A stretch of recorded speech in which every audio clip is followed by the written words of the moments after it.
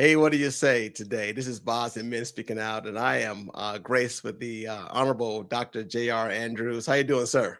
Doing quite fine, quite fine. How about yourself? Doing well, doing well. I just wanted to basically say thank you today for being on episode number 95. This is my 95th episode of my podcast, and it is Congratulations. titled Unpacking Modern Struggles, Misguided Relationships, Advice, and Gender Misunderstandings.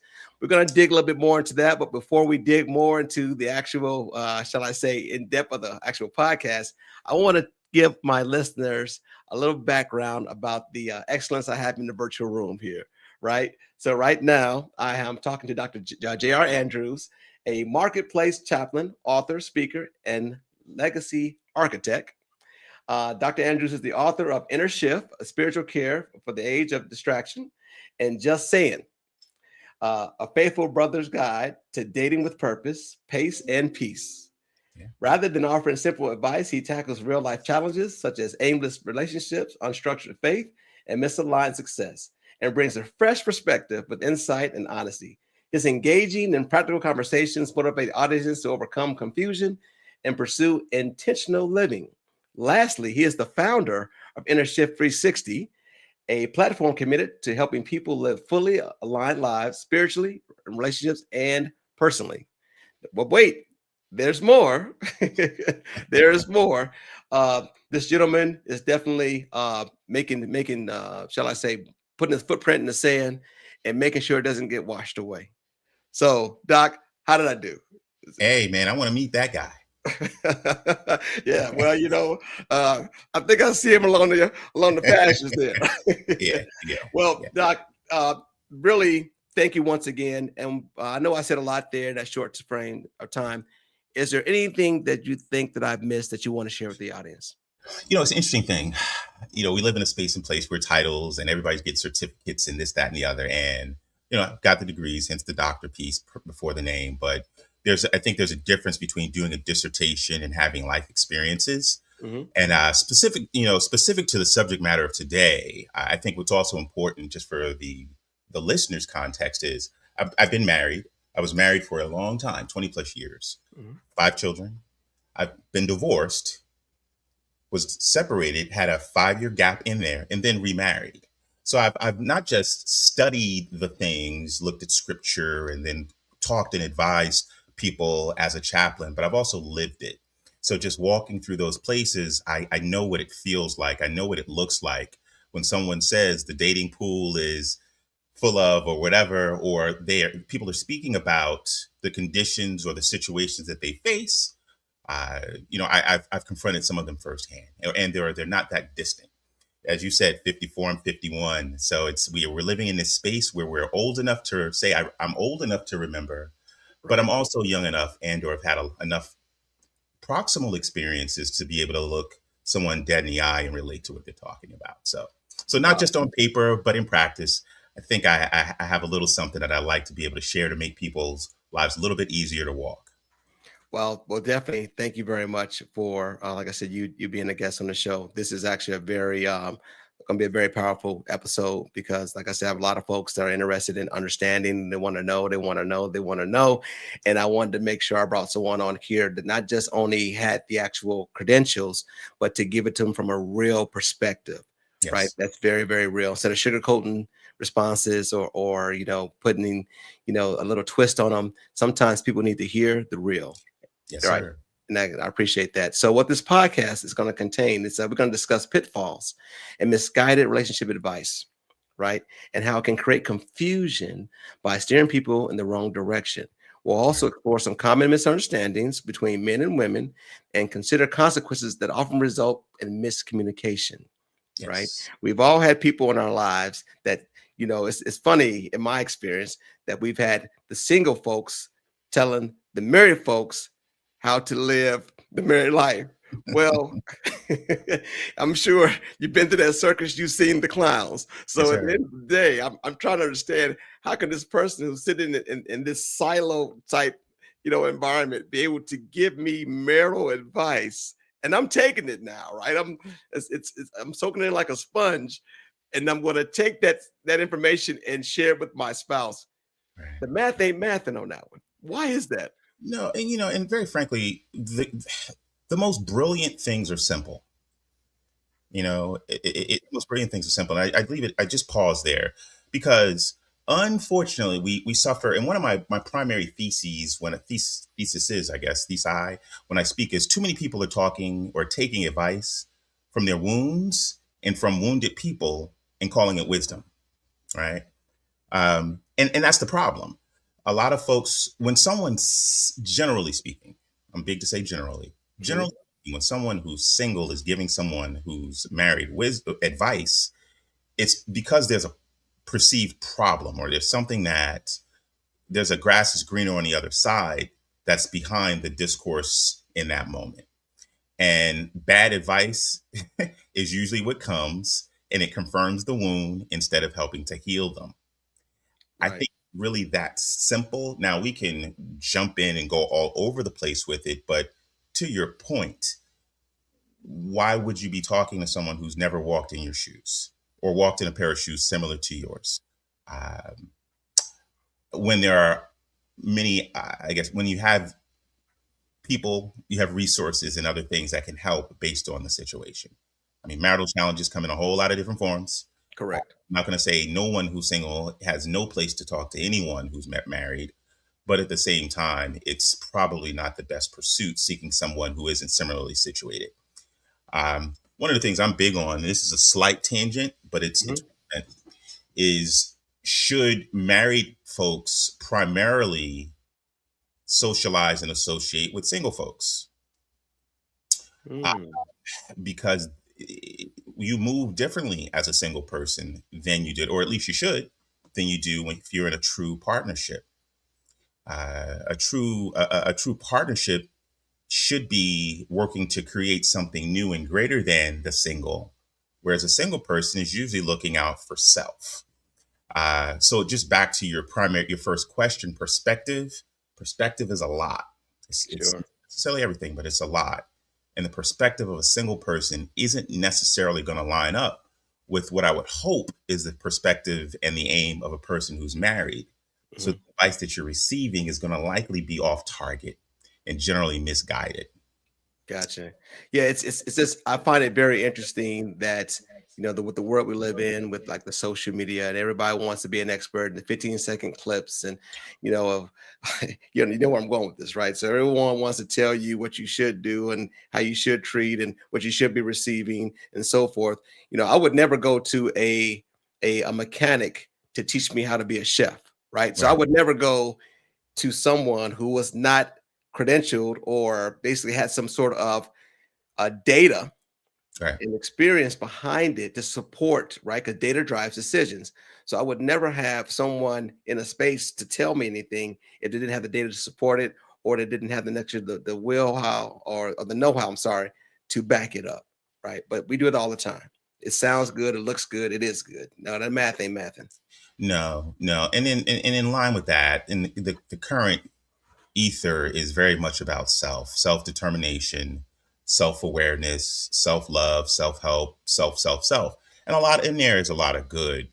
And kind of echoing what I said a second ago, relationships.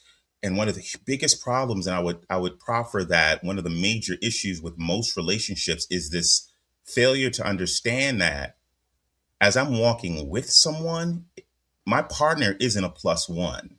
It's not my interests, and then they're just an add on. It's what are our best interests.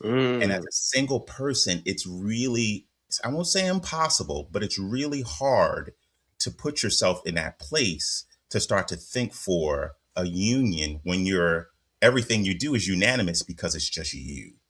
right. So, a lot of these talking heads and a lot of these influencers that are talking about or giving advice about unions bringing two pieces together, in my opinion, are misaligned because it's not the same. Adding a plus one is not the same as forging forward with the most successful, wholesome unions that you as an individual can be a part of. Sure, sure. That makes perfect sense. I wanted to ask you real quick before I got a lot of questions to ask you, Peace. Dr. Andrews, and I wanted to ask you what made you get into this actually line of work? What was your pursuit of this path? It's really around the mountain and through the woods. Okay. If you'd asked me, actually, even if you'd asked me a year ago, if I would have written a book and I'd be doing podcasts and talking and then throwing a bunch of stuff out on into the social media space about relationships, I would have chuckled because at the time I was engaged. I was, cleaning up some debris from a previous relationship. I was in the midst of a lot of life stuff, Hmm. good and otherwise, but a lot of transitional stuff. Long story short, again, married, divorced, dated, Gotcha. remarried. Gotcha. So having gone, say to say, over the mountain, through the woods, down the mountain, through the valley, and then coming back up the mountain, I've seen a lot of the different terrain that is required to successfully and then watch a relationship disintegrate and then see it and then rebuild one as a full grown adult, not just a young adult, but a full grown formed adult with responsibilities and whole Hmm. mortgages and whole kids and all of the things. And then Hmm. how we're putting that all together. So a couple of pieces to get to your question, a couple of pieces came into play. One, I'm a chaplain. So, and I do that with the military, but also in the marketplace, just with companies and just general everyday citizens. And Hmm. if I could break everything down into basically two categories, they generally come back to relationships and finance drive most trauma that people are suffering. And a lot of the trauma that people are suffering have to do with relationships. So I found myself over and over and over and over, and I could keep saying over all night, discussing the same subject matters about why people are in certain situations, in relationships specifically, Hmm. that there were patterns, there were footprints before there was a lead up to whatever the cataclysmic result was, whether it was depression, whether it was the anxiety, whether it was a violent situation. So that was one. Two, talking with my wife, my now wife, and a number of her peers, and then a number of girlfriends of mine over the years. Again, I just started noticing, or at least I started recognizing patterns. It's the same stuff.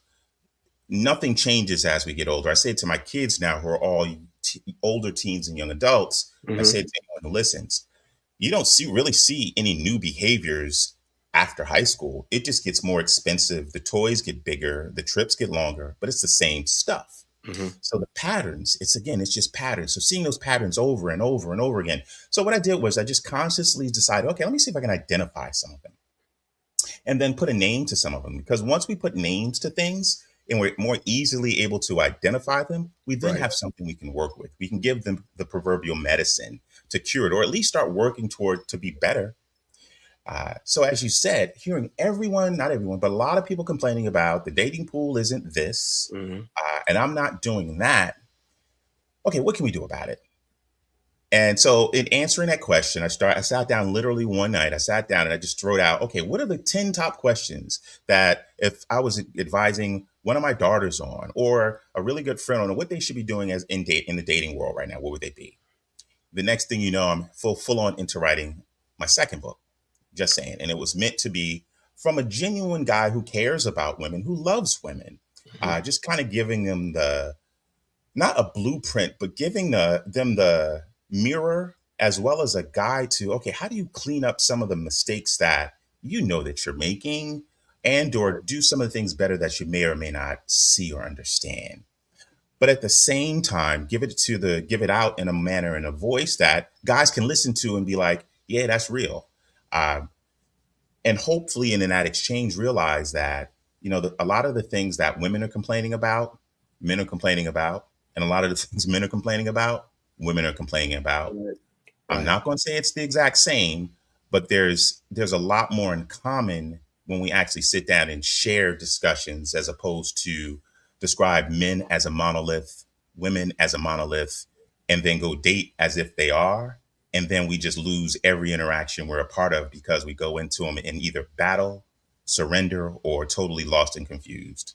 Wow. So Wow, that's pretty that was a powerful. whole lot of words. No, no, no, but it's pretty powerful. I think what you just said, you kind of put it where the ghost can get it, right? I think that people need to do the work, right? I Yeah. mean, you said you were married, umpteen years, right? And of course, obviously, you got divorced. I was married and divorced as well myself, and 2 years, and I've been there, done that. However, in order for me to prepare myself for the next my next partner, I have to do the work, right? Yes. I've got to learn whom Boz is I've got to learn what makes me tick. I need to make sure that I can bring my best self in any condition. Emotional intelligence needs to be very, very important in this space, right? I can't have mantrums and things like that, right? So, Tantrums. yeah, I'll yeah, write that one down, there you man. go. Yeah, mantram. Yeah, put that in your next book, right? Yeah. So I can't be in a position to where I cannot be reached Hmm. either in person or virtual or any capacity, right? I want to be able to listen, like I said, to be transformed now. And you said it yourself, two becoming one, not having this monolithic mindset, right? When you said that, I thought about a Venn diagram, right? I thought about the male Hmm. over here and the woman over here, and that little small portion in the middle where the majority of us is outside of that diagram, but there's a lot in the middle that's the same, right? You said Right. it yourself. Men want this, women want that, women want this, men want that. And it might not necessarily be verbatim the same, but it's the same in the end. We all want happiness. We all want love. We all want peace. We all want to be financially stable. We all want to make sure we ride off into the sunset with our partner, right? And then have a lovable, enjoyable life. Yes. Yes. Everybody wants that, I believe. All I'm right. hoping. So this is sort of a shameless plug, but it kind of speaks to it as a visual. So this Mhm. is this is the book, right? And it's backwards, I guess, in the prompt. But to what you said the Venn diagram. That's Yes. the logo. There you go. That That's part. it. That's it. That's it right That's there. yeah. Yeah. Yeah. Very wow. Okay. It makes Yeah. perfect sense now, right? The math is mathing Yes. on that one, right? So Yes. so you have something that you have titled chemistry versus compatibility, right? Yes. Could you Yes. could you Yes. could you speak to that a little bit? What do people miss in that space? Okay. So, like a lot of things, I think there are a lot that we talk about that sounds good, but it's slightly misguided. I think chemistry. I mean, chemistry is great. That's why there's attraction. That's why peacocks have pretty feathers and the male peacocks are the pretty ones, right? Mhm. That's why, pheromones are a thing in nature, the base, the basic things. That's why, man, that's why God created Eve beautiful to Adam. That's why, guys have wandering eyes for better or worse. That's why women, as slick as they may think they are, check the guy out. Oh yeah. Chemistry is important because it's what makes us connect. But as we see in chemistry, like when we in chemistry class in high school, not all elements that you put together are meant to be together, Mm, right? There may mhm. be an initial reaction does not forecast what's going to happen down the line. You may put together two elements. I don't know. It's been a long time since I was in chemistry Yeah, class, yeah, you're but right. you Yeah. can put together two things and they may explode and then just taper out and simmer out, right? You may put together two things that may not react together at first, but they sit for a period of time. Like you put water and yeast or flour and yeast together with water. It doesn't look like anything happened. And you look back overnight, you have a whole risen loaf of bread. Whatever the case may be, the sourdough thing, that's I think a good example, right? Right. So chemistry in and of itself, it's great because it helps to bring people together, but it's not what sustains you. It's not what sustains you. Wow. Now, you put chemistry up against character or chemistry up against alignment specifically. Those are the nurturers. Those are the long term. Those are the sustaining qualities of people in a relationship. That's what takes you from that initial, oh, she looked good, smell good, looks good, smells good to she is good. Mhm. She feels good long term. She talks good, she plans good, she and I say rides as in she goes along the long trips well, proverbially. So I can keep going with that, but chemistry is doesn't necessarily last. And we've all possibly had the relationship where it was on fire to start, then the fire burned out Yeah. Yeah. and you're left with embers. Yeah. That could have Yeah. been Yeah. avoided Yeah. if you didn't just fall for the initial combustibility. Yeah, that's wow. I never heard anybody refer to the periodic table in a relationship. I was like, I said, Okay. And C2O, okay, That's what hydrogen. happens when you get a semi nerd on the mic, No, that's fine. At least I understood what you were talking about. No, that's So we that's got two fine. nerds here, Yeah, right? exactly. Because I'm really in IT, right? That's if I got computers all around me in my There it backspace. is. There you go. So with that being said, dating and direction, right? I mean, the structure behind it, right? I mean, sometimes some of us can't be alone. Some of us have to have someone in our space to occupy it because we're afraid of being alone. Why is that, right? What, in your humble opinion, right? Why do you think that people need to have someone to occupy that open space? Okay, so I want to peel that back just to take a half step back. A Mhm. lot of times, I think when we hear that exact question, there's a less than stellar, or there's a negative implication. I mean, we were created for relationship. Mhm. Uh, I mean, God created us to have relationship with us, but then also He created Adam, saw that he was alone, and created Eve, so we Yeah, could do things together, right? sure. So there's an innate yearning, there's an innate desire for compatibility, relatability. Now, is it the same? Do we all have the same need? No, not necessarily. I mean, and then people want to sometimes get into discussions about introverts and extroverts and outgoing and and not outgoing, which are different things. But even introverts, I say it like they're a bad thing, they're not a bad thing. Introverts still have a need for community. They have a need for relationships. So, but to your question specifically about why do people not want to be alone? Well, there are a couple of things. One, there's a social stigma. There's this thing, what's wrong with you if you're alone? And there's Sure. a difference between being alone and lonely, but there's the stigma of that. There's the some people don't like what they're doing when they're by themselves. And what I mean by that, they can't entertain themselves. They can't consume their time in a manner that they're content with. Uh, Ooh, and that's an interesting one. Do you like to live alone with the thoughts that go through your head when it's dark and it's just you? right. That's a whole thing. I mean, I could list a couple here, but it really just comes down to your comfort with yourself. One of the things I talk about in the book and just in general, though, also is the stronger you are by yourself, not just in presentation or not just in puffery or not just in, hey, I'm good, the more comfortable and confident you are about who you are, the better you're going to be able to show up in a relationship as well, because then that negates the tendency, the desire, any inclination to perform, putting on a mask or doing something other than that which is genuinely you or what you're going to genuinely want to work to be. The problem sometimes for people who are alone is they don't know how to show up when there's somebody else in their shared space. That's exactly what I was going to ask you next, right? Does that backfire against us if we've been living in this whole world? We become complacent in being in this space, and now enters person number two or person B, and now we have to make adjustments, right? And pivot and tilt to Mhm. accommodate, or shall I say, to really allow that individual to be added, bring some added value into our Yeah. world. I'm a little. This is an interesting one for me because I think one of the benefits, and you have this quality as well. That's what allows you to do this. When I say this podcast, is a sense of curiosity. That sense of curiosity, not everyone has. Mhm. This is something that I talk with, unfortunately, the kids who struggled through COVID. But curiosity is a huge key to connection.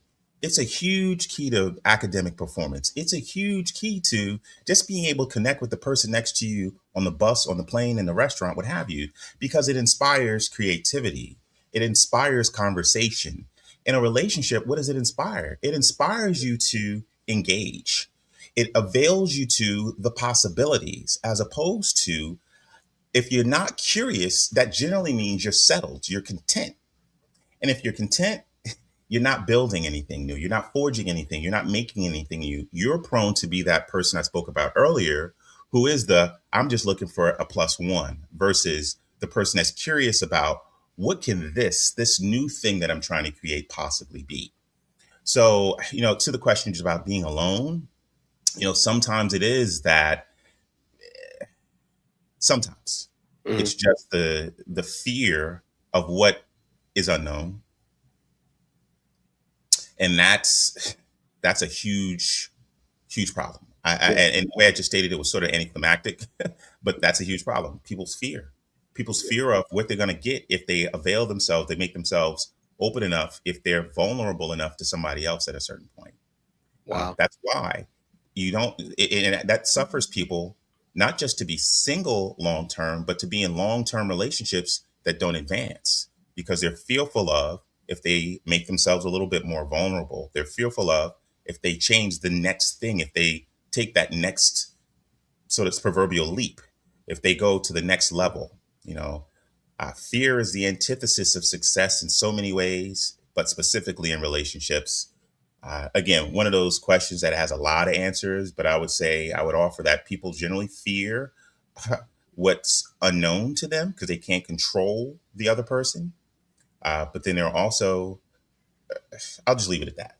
Right. Well, well, thank you. See, everything you just mentioned actually sparks Right. another question, right? That's So because you're curious. I'm going to try to keep all my curiosity in here, but give you a couple questions that I do That have just around it, lines right? us up. We could do a part two. There we go. We can do a part two, right? Keep that party going, right? There it is. I'm going to pivot and tilt a little bit, and I'm going to Mhm. talk about modern versus traditional. Oh, yeah. Yeah. Oh, Okay. yeah. Yeah. Modern versus traditional, right? So, this world we live in is table tennis. Uh-huh. Right? We were playing pickleball, Oh, yeah. table tennis, ping pong, whatever it is. We're going back and forth, right? Right. So at the end of the day, we I think for myself, I love a traditional woman. I had a traditional mom, Hmm. right? I grew up with two parents in my household, so I was able to live and experience a mother and a father, right? Getting me through school, college, high school, whatever, right? And then Hmm. and it was a different dynamic in that space where my mom was very, very shall I say, she was traditional on right, but she still was able to, you know, create her own space, her own world, her own footprint.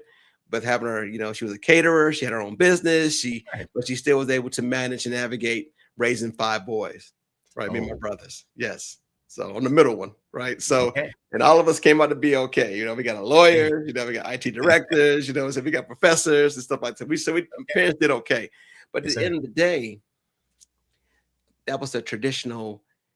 She fulfilled it. She was, for lack of a better way of saying it, June Cleaver.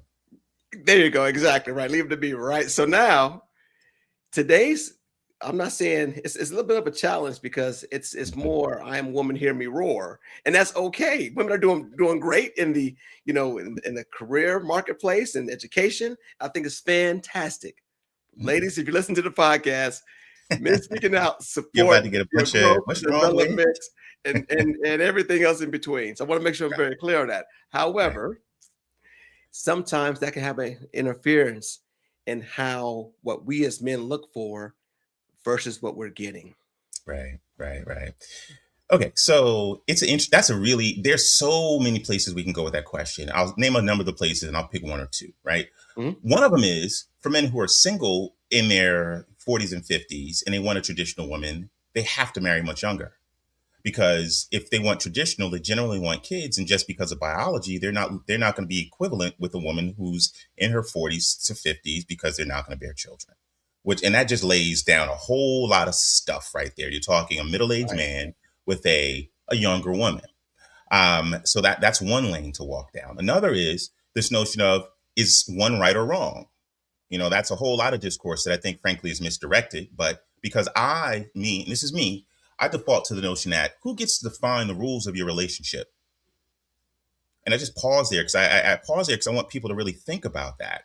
Mhm. The rules of your relationship are generally defined by you.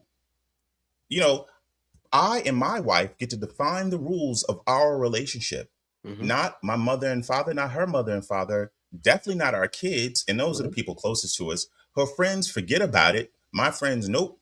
And anybody and everybody else could go kick rocks. Now, that doesn't mean we don't heed wisdom, but we define our roles and we define our relationship, right? Now, what are the guides for that though? And that's where the conflicts come into play, because we don't necessarily pull up to the first date with a guide or a blueprint saying, hey, these are my rules. Boom. This is what this is the role I'm going to play, the role you're going to play. And let's make this go. So that's the beauty of the tension that forging a relationship requires. And the good and the bad, I get off this stuff because I think there's a beauty sometimes even in the struggles, because even in the struggles, that's where some of the best stories come from. But so to the question of, I don't know if you actually stated the question is one right or wrong, better or worse. Every relationship needs to spend some time, explicit time, not just implicit, but some explicit time laying out what each of you expects from one another.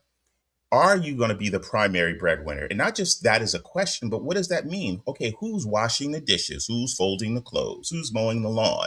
Okay, Mhm. who's primarily going to be responsible for picking up the kids, changing the diapers, writing the bills, funding the bank account, planning the trip, our social calendar, all of the things that go into the movements that people make? Couples need to explicitly lay out the rules. But then in the midst of that, I would consider myself a traditional man. But at the same time, how we define these roles, I think I'm going to beat you to the punch here just because I think it requires some attention. Sure. Traditionally, we talk about men as the head and women submitting, right? Hmm. Unfortunately, I think there's become so much noise around that scripture, around those statements, that people don't even really understand what that means.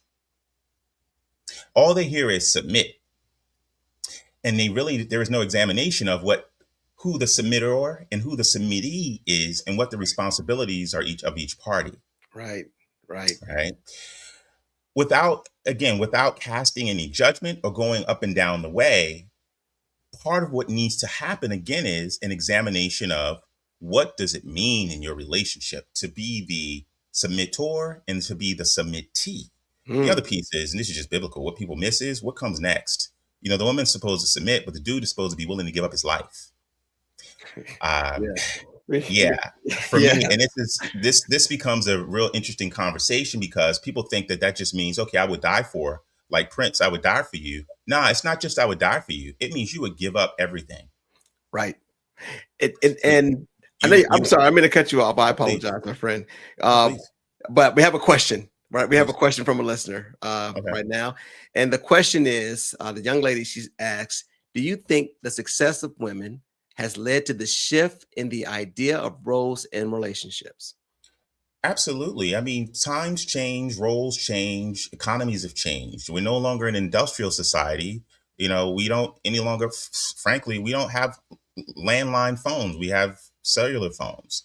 The gap between the Flintstones and the Jetsons has been totally traversed. We've actually even surpassed the Jetsons in some way. So I'm saying that to say times change, all of the things change. And with all of those changes, one of them being women being not just players, but being bosses in the workplace, being able to make as much, it definitely shifts the way people approach the table. Mhm. But always come back to, you get to define what happens at the table in your own house. Right. But I guess a question I have on top of that, what you just mentioned was, is that now that women are actually, a force to be reckoned with in the workforce, and as well as the day to day, are some of us men, are we intimidated by that? Are we like, well, she makes more money than me. I don't know if I qualify, right? For a woman of that stature versus someone a little bit lower scale. Yeah, I mean, I honestly, I don't even, and it's a good question because it's a problem. But the Mhm, simple answer is, yeah, some guys are intimidated. mhm. But some guys are intimidated by a woman who's more fit. Some guys are intimidated by a woman that's smarter. Some guys are intimidated by a woman that's taller, Whereas some dudes, on the other hand, are like, yo, she makes more money, cool, she could pay. Or, hey, she's more Right. fit, she get me in shape. So yeah, primarily, yeah, there's definitely that definitely plays into the dating pool, the sense of intimidation. Um, I would say it plays both ways, but yeah, that's definitely a thing. Gotcha. Now, um, just to kind of make sure let my listeners know, I am joined today with Dr. J.R. Andrews, and we are on episode 95 of Men Speaking Out. And this is Unpacking Modern Struggles, Misguided Relationship Advice, and Gender Misunderstandings. I want to ask you another question here. You can only have, well, they say that you can only have one alpha in a household, right? So I'll use the analogy, you got a pilot and a co-pilot, right? But you're both, helping get to the destination that you have to go to together, keyword. So what's your thoughts on leadership in the household when it comes to a male and female, right? Is it, because I've heard a lot of folks say, I'm the alpha. I'm the alpha. I'm like, wait a minute, time out. Well, hold on. Red flag, don't throw in the yellow flag out there on the field. Right. You can only have one. Right. The math ain't mathing. Yeah. Okay. So I guess there are three ways I can answer this question. I can tell Okay. you what happens in my house. I can tell you what I speak to people generally when I'm counseling, and then I can say, because there's an exchange, and I think I can give general guidance. You heard me say it, and I say it pretty adamantly. You get to define what happens in your own house. Right.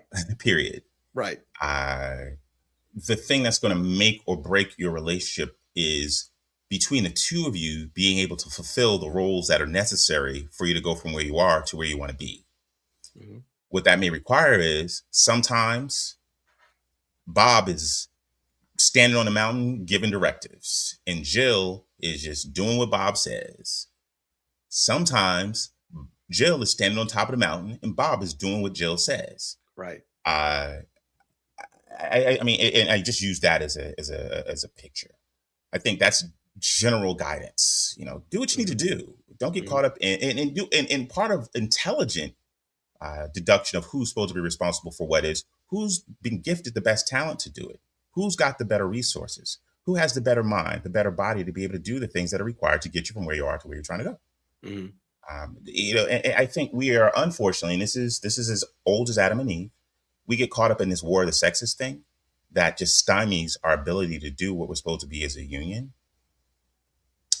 There's no way you're going to be able to talk me away from the fact that, yes, a man is answerable for what goes on in his family, period. Absolutely. Right. So that does require a level of accountability, a level of responsibility. Gotcha. Unfortunately, I think some people interpret that to mean that then that means a man can be domineering, abusive, and otherwise unnecessarily dictatorial. The best managers, the best supervisors, the best bosses, the best leaders are people who can work with whoever they're working with and get the best out of them. And sometimes getting the best out of somebody is letting them take the lead. I think that's a very good way to phrase that, because it's give and take, right? I mean, yes. there are things that my partner's good at. There are things that I'm good at, right? And it's basically It just depends on how you navigate that space, right? I mean, yes. like you said, getting out of this monolithic mindset, right, and becoming one, right? That's Yes. I think that's a very, very, very, very important situation to be in.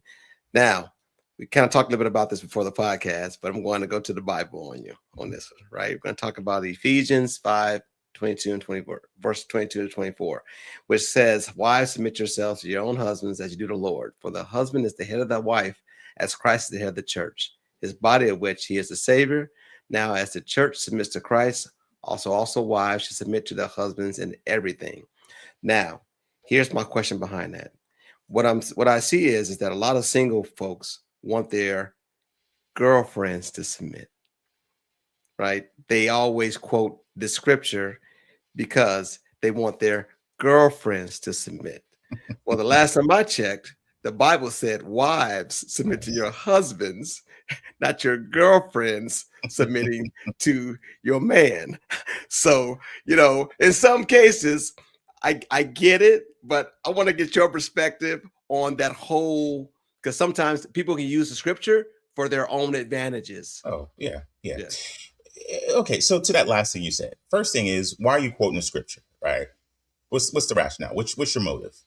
And then also, okay, if we're going to quote the scripture, quote the entire scripture, because cults are created by pulling out one or two lines. Let's go full chapter, right? Because the rest of the chapter speaks, or at least the next verse 25 talks about the husband's obligation. Right. I mean, it's not even the next page, it's the next verse. 525 talks about husband giving up, doing what? Doing as Christ gave. What did Christ do? He gave up everything for the church, which is her in this analogy. Hmm. So when you pull it all together, what does it mean? It means yes, the wife is to submit. She's to submit. The wife is to submit, not necessarily the girlfriend. I'll circle back to that. Hmm. But then the husband is supposed to give up everything, his wants, his needs, his desires, all of the things for his wife. So what does that mean, right? I say first, and this is where we kind of go from being secular to spiritual to being Christ. I'm a Christ follower. I'm a Jesus man, right? So I don't enter the room with it, but I do lean heavily on that. And Amen. this is where I say this is why we need, because if it's just on me as a man to do exactly what I said, I'm failing at some point, and I'm failing a whole lot because it's going to take a whole lot for me to remove me from that equation. But if I lean into, again, somebody or something that's bigger than the two of us, and that could be that thing that we are creating, I and my wife, then I've got something to reach for and reach to. That's Mm. me as a husband and my wife. To your question, though, about girlfriends and boyfriends, that always comes back to, so what are y'all doing? Are y'all kicking it? you know, are y'all Right. dating? Are y'all dating with a purpose? But I talk to people who are dating with purpose. Dating with purpose, with a pace, with purpose, and looking for peace.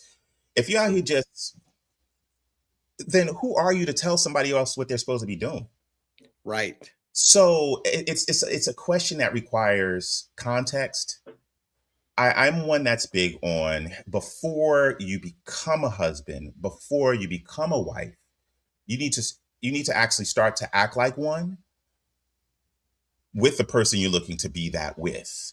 I'm Hmm. not saying you hand over the keys to the house and everything before you pledge to be together happily ever after until death does you part. But you do need to start to walk the walk and talk the talk to get a better understanding of what you're going to be leaning into once you cross that proverbial threshold. There's no way to know truly and fully what you're going to be doing until you do. But Right. but to the question, it really it's so there's so many situations along the spectrum. I don't know that there's a one size fits all answer, but I Right. will say is if you're a man that's looking to be a husband and a woman that's looking to be a wife, that's something that y'all need to figure out. And as I Right. keep coming back to, explicitly define what that means for you guys. Sure. I get asked quite often. I'm a single man myself, right? Because I've been married. I was married for 15 years. And this of course, like I said, 54 years old. This whole dating, I'm established, settled. You kind of got to move with a little. You got to move differently as You I have to be was at 21 or 25 years old, right? listen. You have to be careful Yes. because you have people and things that you've built and worked for to protect. Um, period. First and foremost, you have to honor, you have to steward what you've already built and created. Now, in the midst of that, if you have a desire to build and forge a relationship, how do you do that in today's society where everything's microwave, fast forward, and there very frankly um, aren't too many environments or platforms where people can truly sit, settle, and get acquainted without it being explicitly with the purpose of I'm dating or trying to get to know you like that. Right. It's challenging, but it's doable. It's very, very doable. That's a whole nother discussion just on Yeah, the we could do. ways that people can truly connect in Yeah, we today's could do a fast part forward. two. We could do a part two. This, Okay. this is just a tip of the iceberg. We definitely All could do right. a part two because we get into the discussion of meeting people's representatives, and everything look good ain't good for you. Yes, So sir. there is definitely a part two to this, my friend, for sure. Now, the question I want to ask you also too, finances. You mentioned finances a little bit earlier, right? And it kind of goes back to what we just said a second ago about being a good steward and protecting, assets at this age. Like I said, I've been to the circus, I've seen the clowns already, right? So I'm not trying to be an old fool as I was a young one. So, That's the worst kind. Yeah. so at the end of the day, you know, how important is it at this stage or any stage for an individual to be financially stable? Or, what I hear all the time is, well, maybe we can build something together. Oh, hold on, build something together. I'm already built, right? So, what does that necessarily mean from a That's that's an interesting one. And okay, so I think big picture, yeah, you need not be like, nobody should take on a debt. And what I mean by that proverbially is, at the, as I've heard it said, this big age, right? And I can't define what the big age is, but let's just say 35 to 40, right? right? You should at least have an idea on how you're going to cover you every month. Yeah, Um, and or you should have a very achievable, reasonable plan in place to be able to do that. I take an exhale there because, yeah, should people be building something when they get together? Absolutely. hmm, Do people have a season where there's a difficulty that may set them back? Man, we're living through a period of that right now. for sure. Where people who had are now have a whole lot less. People who were killing it are now getting killed, proverbially. Right. Um, so, I don't like putting up hard and fast of, man, if they don't, you shouldn't. But there are some guidelines, some guideposts I would definitely lay out. Yes. I mean, once you get to a certain stage in life, you should be able to earn. Yeah, You should absolutely be able to earn. yeah, and Does and, that and mean your it's ability to earn today may change? It may, but you still need to figure out a way to earn. And this is where one of those places I'm gonna say, particularly as a guy, because as a guy, we're primarily here to provide and protect, and a mhm, large part of that provision is being able to earn. gotcha. Now, when we start talking about levels, again, that becomes a more specific conversation to the relationship. Are you with a woman who's good eating at Chili's, who's good eating at or needs to be eaten at Capitol Grill? Right. And neither, nothing's wrong with either. It's just a matter of lifestyle and preferences. Mhm, So, that comes down to assessments of what you're willing to accommodate. mhm, And when I say accommodate, accommodations are usually just for a season, not necessarily tolerate for a long period of time. right. Yeah, my Hopefully that answers ex-wife your used to question. tell me, she said her biggest three pillars was communication, sex, and money, right? Be Mhm. able to talk, perform, and be able to manage, right? And I got it, right? And that was, I mean, long time, long time ago. Uh, but now, as I'm a little bit older and a little bit wiser, you hear things like the five love languages, right? And acts of service and physical touch, and and words of affirmation, right? I mean, is it Mhm. just five, or is there more, right? Okay. So again, maybe that's podcast 3. Yeah, I love the 5 love languages because it gave us, you heard me say it earlier ago, once we're able to name things, we can discuss them and we can address them and we can treat them and do better. right. I think, and this is me, Gary Chapman did a great job to break down and all the derivations thereof for kids and all of the things. So what I'm about to say is not at all a swipe against it. I think everybody, it gives us common language. But the problem is that people then use that as the Bible for relationships. And it's not. I don't think it was meant to be that. That was meant Mhm, to simply be the painting on the wall. That was meant to show you what it looks like. It shows you how it feels, that's maybe. But that's not what establishes compatibility. It doesn't end there. mhm, What we really need to be talking about is, as I call it, covenant compatibility. mhm. Are your acts of service, do they line up with how she receives them? Do the compliments that you give actually line up with the compliments you like to receive? But then after you've given a compliment, what are y'all doing? To what you said, just Right, because I can give you good words doesn't mean I'm a good earner. Just because I like to spend time with you doesn't mean that I can perform. Just right, because my physical touch is good doesn't necessarily mean that I can carry a good conversation, that our spiritual lives align. Just because doesn't mean I'm a good cook and or I cook the way you want to, or frankly, am I willing to learn to be able to do that?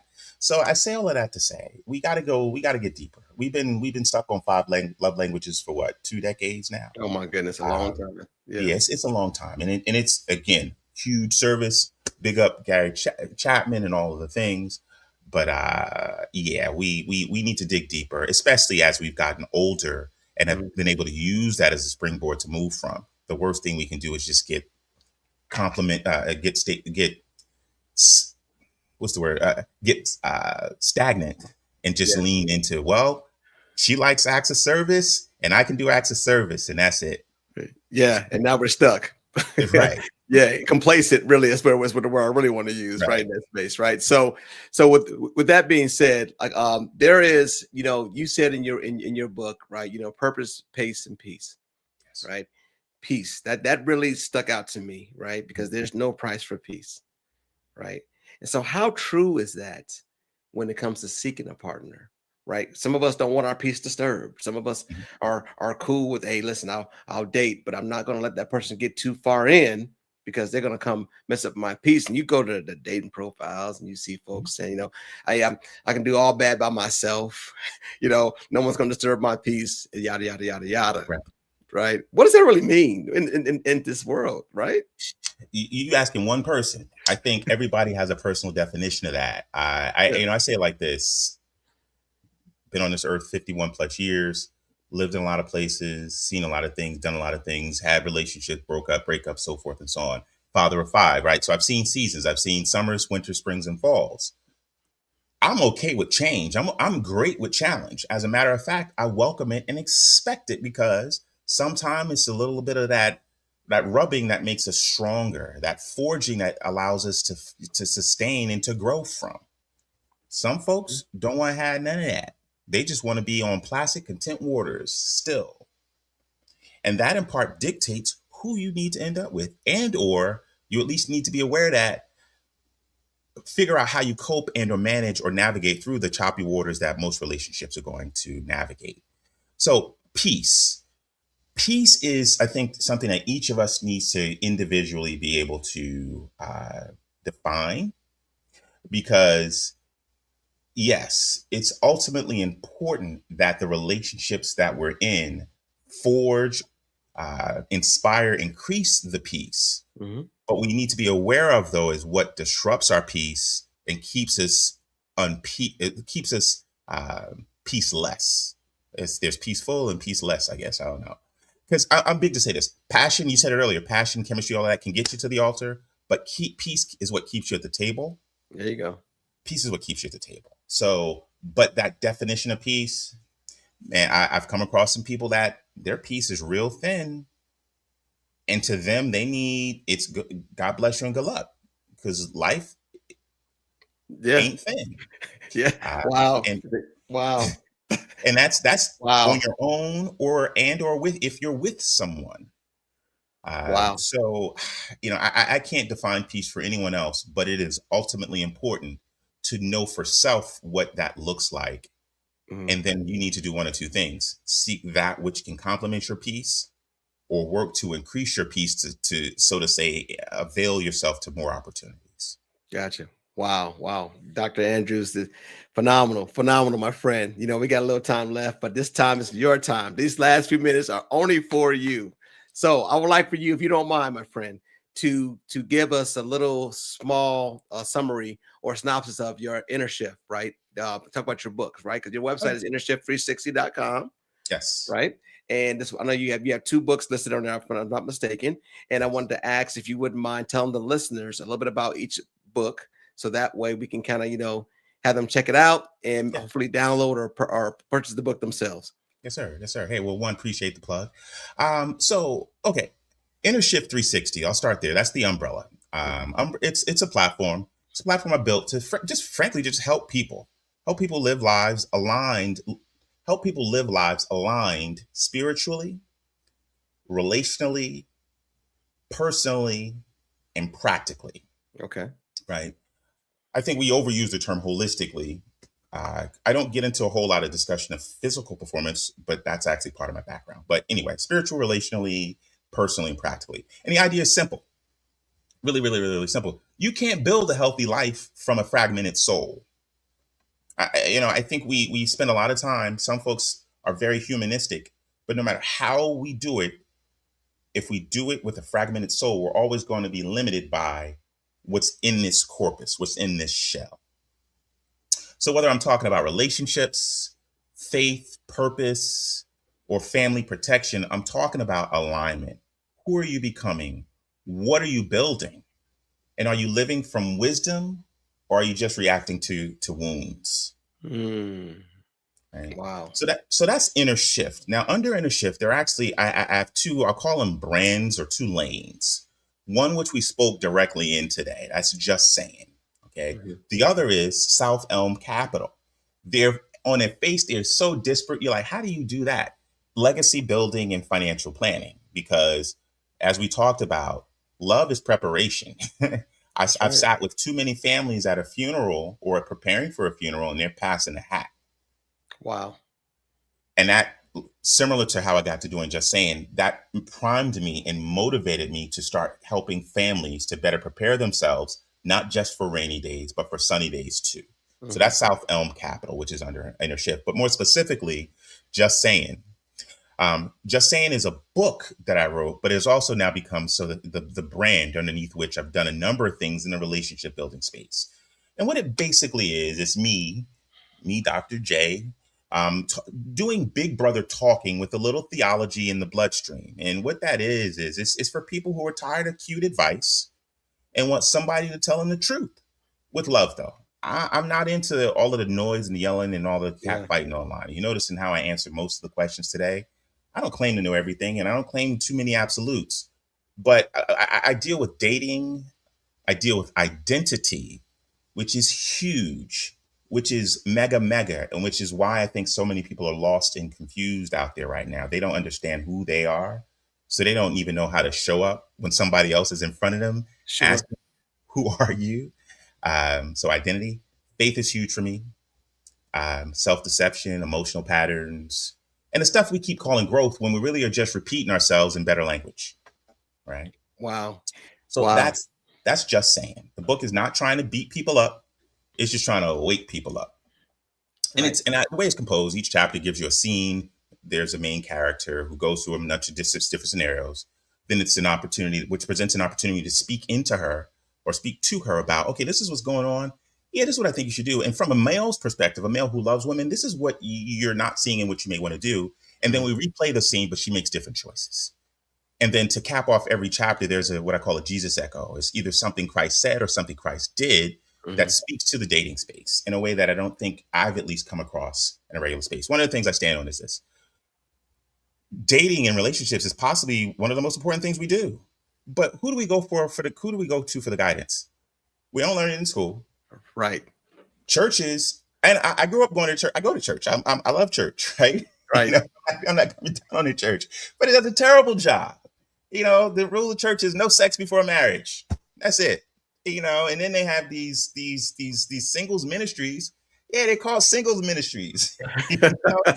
So I'm doing that in jest because where do people go?